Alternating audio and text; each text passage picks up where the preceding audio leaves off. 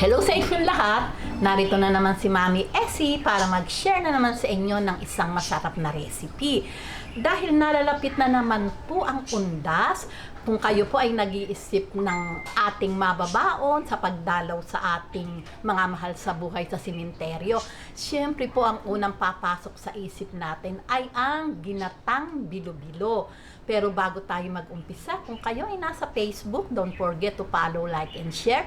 At kung nasa YouTube naman po, wag lang kalimutang mag-subscribe at pindutin ang bell button para lagi kayong updated sa ating mga bagong video. Ngayon, narito po ang ating mga kakailanganing sangkap. Ito pong ating ginataang bilo-bilo na lulutuin ngayon ay lalagyan po natin ng twist. Lalagyan po natin to ng mais. Pwede po yung mais na dilata, pero ako po, ang ginamit ko po yung mais na sariwa. Ginayat ko lang po iyan ng kutsilyo. Gabi, isang piraso. Kamote, saging na saba. Hiniwa ko lang po iyan ng pabilog. At syempre po, masarap syempre pag may sago. May nabibili po ito na luto na, pero ito po ay niluto ko. Kung paano po yung pagluluto, nagpakulo po ako ng tubig. Nung kumukulo na, inilagay ko ang sago at pinakuluan ko po ng 20 minutes. Langka, syempre po, masarap pag maraming langka. Asukal, 2 cups and a half po ito. Pero nasa inyo pong panlasa yon, yung tamis. Tingnan po natin kung ating mauubos. 4 cups na kakang gata. At ito po yung pangalawang piga ng gata.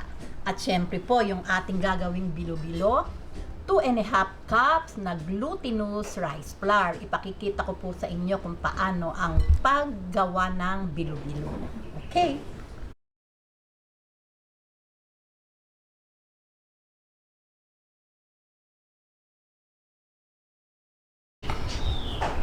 Hello sa inyong lahat! Narito na naman si Mami Essie para mag-share na naman sa inyo ng isang masarap na recipe. Dahil nalalapit na naman po ang undas, kung kayo po ay nag-iisip ng ating mababaon sa pagdalaw sa ating mga mahal sa buhay sa simenteryo, syempre po ang unang papasok sa isip natin ay ang ginatang bilo-bilo. Pero bago tayo mag-umpisa, kung kayo ay nasa Facebook, don't forget to follow, like, and share. At kung nasa YouTube naman po, wag lang kalimutang mag-subscribe at pindutin ang bell button para lagi kayong updated sa ating mga bagong video. Ngayon, narito po ang ating mga kakailanganing sangkap. Ito pong ating ginataang bilo-bilo na lulutuin ngayon ay lalagyan po natin ng twist. Lalagyan po natin to ng mais. Pwede po yung mais na dilata, pero ako po, ang ginamit ko po yung mais na sariwa. Ginayat ko lang po iyan ng kutsilyo. Gabi, isang piraso. Kamote, saging na saba. Hiniwa ko lang po iyan ng pabilog. At syempre po, masarap syempre pag may sago. May nabibili po ito na luto na, pero ito po ay niluto ko. Kung paano po yung pagluluto, nagpakulo po ako ng tubig. Nung kumukulo na, inilagay ko ang sago at pinakuluan ko po ng 20 minutes. Langka, syempre po, masarap pag maraming langka. Asukal, 2 cups and a half po ito. Pero nasa inyo pong panlasa yon, yung tamis. Tingnan po natin kung ating mauubos. 4 cups na kakang gata. At ito po yung pangalawang piga ng gata. At syempre po, yung ating gagawing bilo-bilo, 2 and a half cups na glutinous rice flour. Ipakikita ko po sa inyo kung paano ang paggawa ng bilo-bilo. Okay?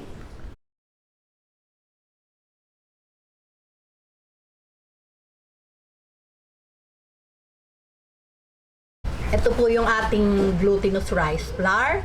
Maglagay po tayo ng water. Unti-unti lang po yung paglalagay. Kasi madali naman pong maghabol pag kailangan pang dagdagan. Ayan. Mamaya po ay kakamayin ko to. Kailangan po syempre malinis yung ating kamay. Ayan.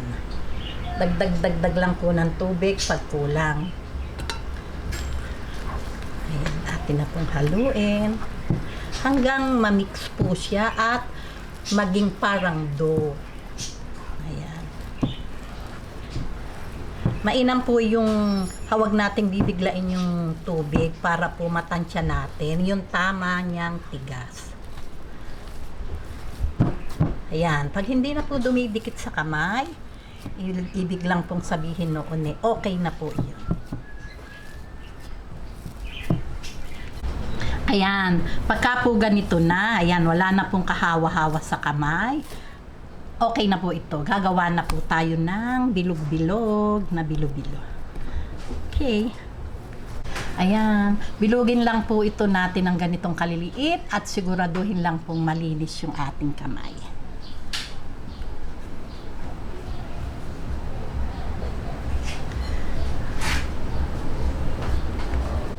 Ayan, heto na po yung ating bilo-bilo. Hinati ko po ito sa dalawang hati. Hindi ko na po naipakita. Ito pong kalahati, nilagyan ko po ng ubi flavoring. Kaya po, ito, para po maganda sa ating ginatan na kulay.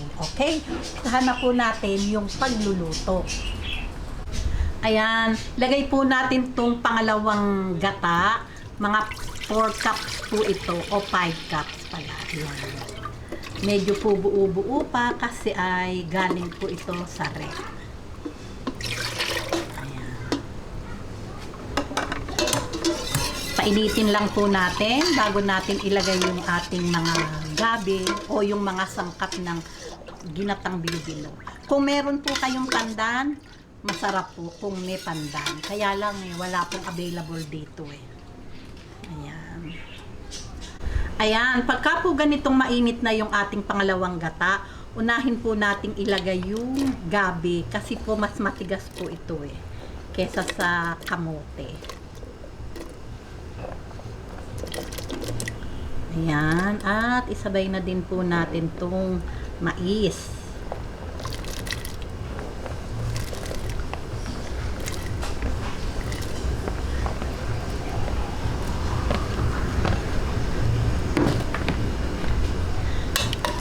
Yan, atin lang pong haluin.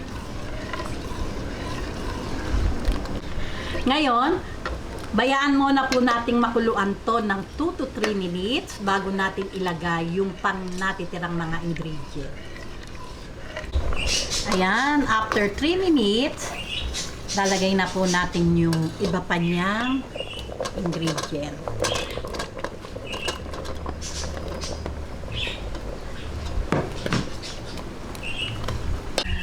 Ayan, nag-moist po yung camera. Hindi nyo po nakita yung nilagay ko. Ang nilagay ko po yung kamote saka yung saging. Ngayon, ilalagay na po natin itong 4 cups na kakanggata. Ayan. Lagay po natin ng sago.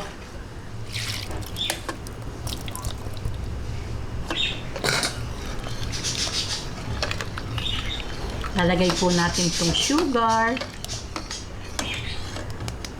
Yung pong tamis, nasa inyo po yun kung ganong kadami yung gusto nyo. Ako po ay naglagay ng 2 cups. Madali pong magdagdag kung medyo matabang.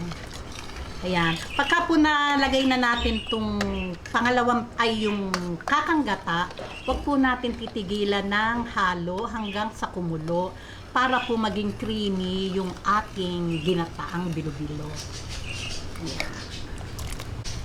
Ngayon, hihintayin lang po nating lumambot yung ating nilagay na o half cook yung ating nilagay na mga sangkap bago natin ilagay yung ating bilo-bilo saka yung langka.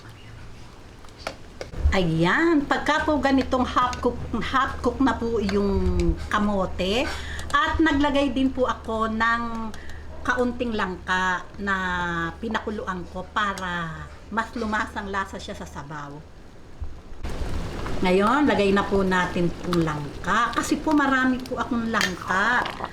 Pinadalan po ako nung aking bayaw sa Tagaytay. 2 malaking langka po talaga. Shout out! Shout! Alex. Ayun po. Ngayon, lagay po natin itong ating bilo-bilo.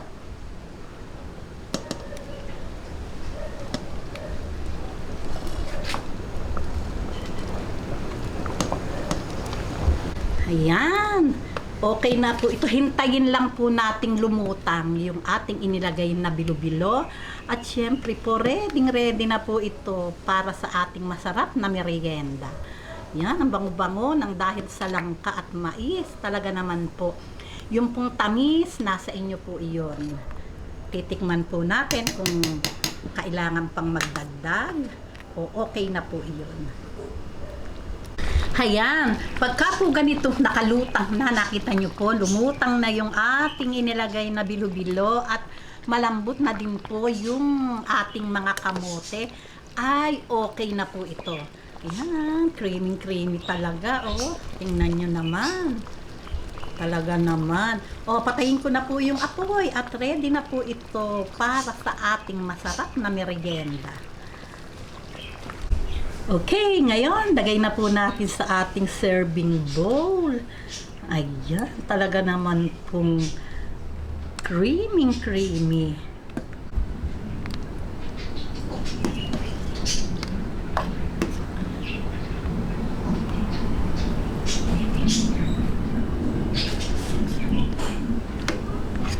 Ayan, heto na po ang napakasarap na ginataang bilo-bilo na nilagyan natin ng twist na mais. Napakasarap pong pambaon to para sa darating na undas sa ating pagpunta sa sementeryo. O di po ba?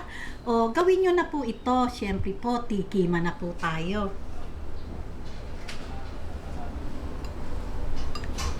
Okay, tikiman na po tayo.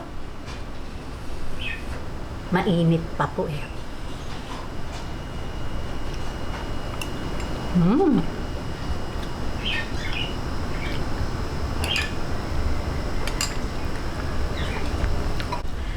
Talaga pong masarap. Kasi po, di po ba, pag tayo nagluto ng bilo-bilo, talaga naman pong masarap ang ginataang bilo-bilo, lalo po kung maraming gata.